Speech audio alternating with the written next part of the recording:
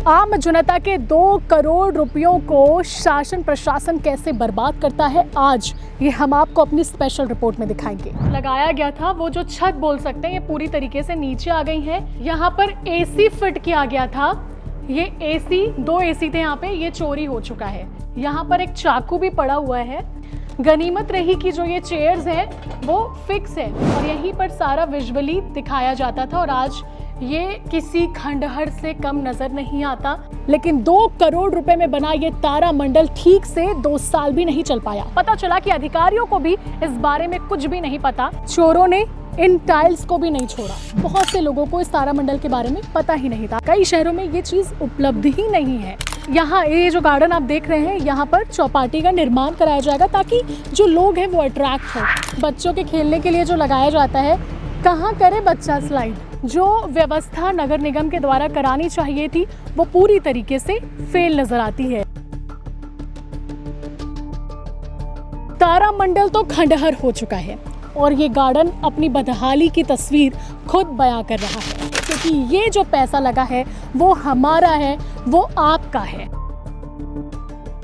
2 करोड़ रुपए कैसे बर्बाद होते हैं, या यूं कहें आम जनता के 2 करोड़ रुपयों को शासन प्रशासन कैसे बर्बाद करता है, आज ये हम आपको अपनी स्पेशल रिपोर्ट में दिखाएंगे। नमस्कार, मेरा नाम है निधि भारद्वाज और आप देख रहे हैं सीजी भास्कर। इस वक्त मैं दुर्ग जिले के भिलाई में मौजूद हूं और ये सबसे पॉश इलाका है यहाँ का, यानी कि नेहरू नगर।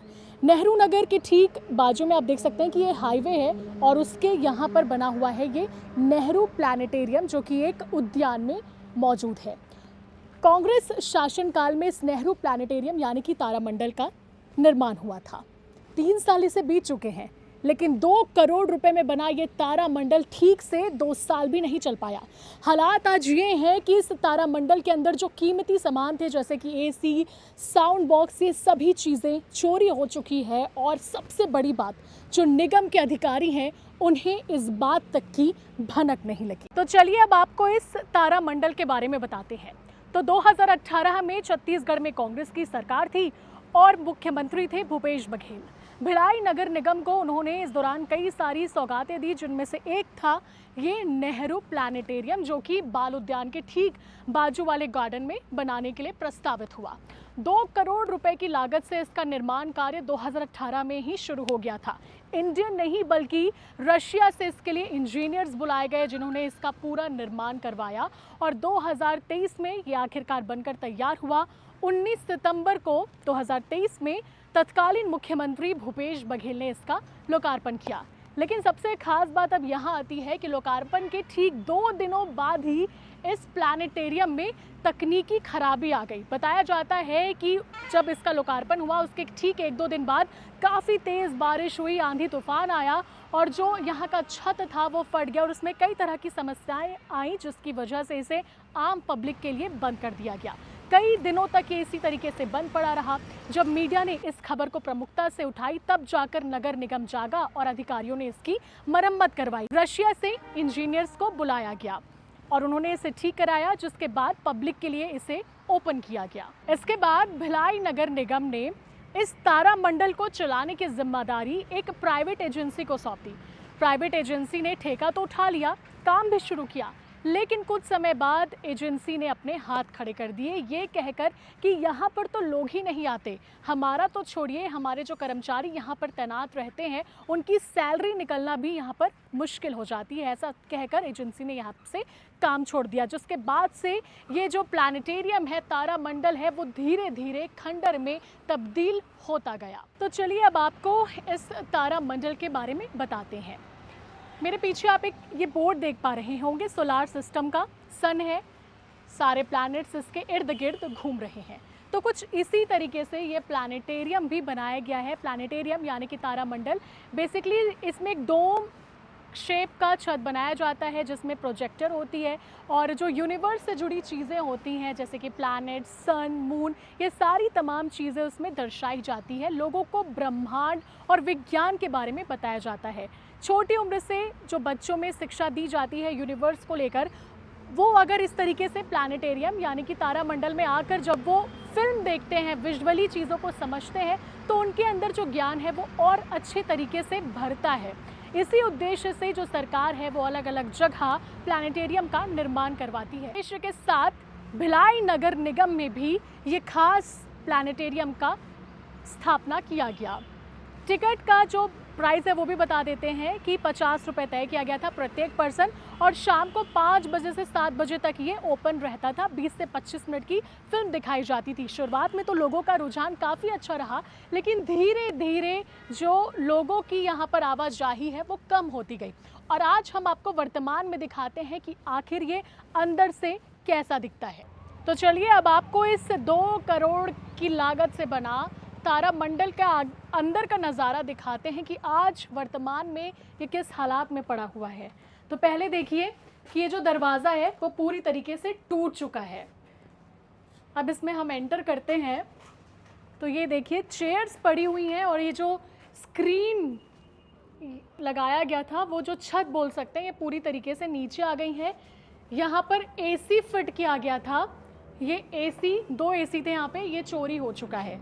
और यहाँ पर साउंड बॉक्स भी लगाया गया था, वो भी बताया जा रहा है कि चोरी हो गया। 2 नहीं, मुझे लगता है यहाँ पे 3 एसी थे, वो गायब हो चुके हैं। और ये देखिए यहाँ पर एक चाकू भी पड़ा हुआ है। आप देख सकते हैं कि शायद चोर जब यहाँ पर आए होंगे तो वो इस चाकू की मदद से यहाँ की चीज़ों को उखाड़ कर ले गए होंगे।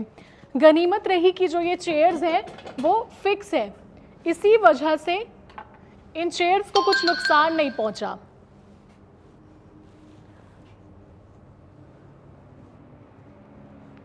तो इस तरीके से ये डोम शेड की तरह ये प्रोजेक्टर था, ये बनाया गया था, शीट्स थी और यहीं पर सारा विजुअली दिखाया जाता था। और आज ये किसी खंडहर से कम नज़र नहीं आता। तो इस तरीके से महंगे सामान आज चोरी हो चुके हैं और ये खंडहर में तब्दील हो चुका है। इसकी जानकारी कैसे मिली? तो कल ही यानी कि सोमवार को वैशाली नगर विधायक राकेश सेन इसका निरीक्षण करने पहुंचे थे। तब उन्हें चोरी की जानकारी हुई। नगर निगम के अधिकारियों को उन्होंने फ़ोन लगाया। तब पता चला कि अधिकारियों को भी इस बारे में कुछ भी नहीं पता। और सबसे बड़ी बात, ये चोरी क्यों और कैसे हुई, क्योंकि यहाँ पर कोई भी गार्ड तक तैनात नहीं था। आज जब हम यहाँ पर पहुँचे हैं तो यहाँ पर एक गार्ड नज़र आ रहे हैं जो बता रहे हैं कि कल ही से मुझे यहाँ पर काम पर लगाया गया है। हालांकि उन्होंने कैमरे में कुछ भी बोलने से इनकार कर दिया है, क्योंकि भाई नौकरी का खतरा तो सबको रहता है। यानी कि जब बड़े नेता जनप्रतिनिधि आकर फटकार लगाते हैं अधिकारियों को, तभी वो अपनी नींद से जागते हैं और अपने काम पर वापस लौटते हैं। महंगे सामान तो छोड़िए, चोरों ने इन टाइल्स को भी नहीं छोड़ा। चारों तरफ इस तरीके से टाइल्स को लगाया गया था और कई टाइल्स आप खुद कैमरे में देख सकते हैं कि ये गायब हो चुके हैं। मात्र 3 साल में इतनी बदहाली कैसे हो सकती है? अब सवाल ये उठता है कि आखिर ये तारामंडल इस तरीके से बंद क्यों हो गया, क्यों यहाँ पर लोग नहीं आते हैं? तो इसका एक बड़ा कारण जो नज़र आता है वो ये है कि इसका प्रचार प्रसार लोगों तक शायद नगर निगम अच्छे से इसका प्रचार प्रसार करने में फेल हो गया होगा। इसीलिए बहुत से लोगों को इस तारामंडल के बारे में पता ही नहीं था। आपको बताना चाहेंगे कि छत्तीसगढ़ में बहुत ही कम जगह पर, रायपुर, दंतेवाड़ा और भिलाई जैसे शहरों में ही इस तरीके से तारामंडल का निर्माण हुआ है। कई शहरों में ये चीज़ उपलब्ध ही नहीं है। और दूसरा ये कि जब इसका निर्माण हो रहा था तो नगर निगम ने कहा था कि यहाँ ये जो गार्डन आप देख रहे हैं, यहाँ पर चौपाटी का निर्माण कराया जाएगा ताकि जो लोग हैं वो अट्रैक्ट हों। वो लोग शाम के टाइम जब इस तारामंडल को विज़िट करने आए तो अपने परिवार के साथ कुछ अच्छे टाइम स्पेंड करें, बच्चों के लिए अच्छी खेलने की व्यवस्था हो, लोगों के खाने पीने के लिए यहाँ पर चौपाटी बनाई जाएगी। लेकिन आप देख पा रहे हैं कि चौपाटी तो दूर, आज ये गार्डन भी सुविधाओं के लिए तरस रहा है। अब तारामंडल जिस गार्डन में मौजूद है उसी गार्डन का ये हाल आपको दिखाते हैं। ये स्लाइडर देखिए, बच्चों के खेलने के लिए जो लगाया जाता है, कहाँ करे बच्चा स्लाइड, ये तो हाल है भैया। झूले सारे टूटे पड़े हैं, ना यहाँ पर ठीक से घास है, ना हरियाली है, ना पेड़ पौधे तो अपने आप जो उगे हुए हैं वही हैं। बाकी जो व्यवस्था नगर निगम के द्वारा करानी चाहिए थी वो पूरी तरीके से फेल नज़र आती है। ये भी एक झूला यहाँ पर है, या अब ये झूले टूट चुके हैं या ये भी चोरी हो चुके हैं, ये भी बड़ा सवाल है। स्लाइडर तो यहाँ ठीक ठाक है लेकिन झूले टूटे हुए हैं। तारामंडल तो खंडहर हो चुका है और ये गार्डन अपनी बदहाली की तस्वीर खुद बयां कर रहा है। सवाल यही उठता है कि करोड़ों रुपए फूंक दिए जाते हैं विकास कार्य के नाम पर, चीज़ें बन भी जाती हैं, लेकिन मेंटेनेंस पर जब बात आती है तब जो जिम्मेदार अधिकारी हैं, सिस्टम है, वो अपने हाथ खड़े कर देते हैं और इस तरीके से होती है लोगों की पैसे की बर्बादी। जो आम इंसान अपनी जेब से टैक्स पे करता है, उन्हीं सब चीज़ों से ये सरकारी निर्माण कार्य होते हैं और जब ये निर्माण कार्य असफल हो जाते हैं, फेल हो जाते हैं, तब सिस्टम पर बड़ा सवाल उठना लाजमी है, क्योंकि ये जो पैसा लगा है वो हमारा है, वो आपका है। इसीलिए सवाल उठाते रहिए। फिलहाल इस रिपोर्ट में इतना ही। अगर आपके मन में भी कोई मुद्दे हैं, कोई सवाल है, तो आप सीजी भास्कर के साथ जुड़ सकते हैं और पूछ सकते हैं, अपनी बात हम तक पहुंचा सकते हैं। इसी के साथ मुझे दीजिए इजाज़त। नमस्कार, जय हिंद, जय भारत, जय छत्तीसगढ़।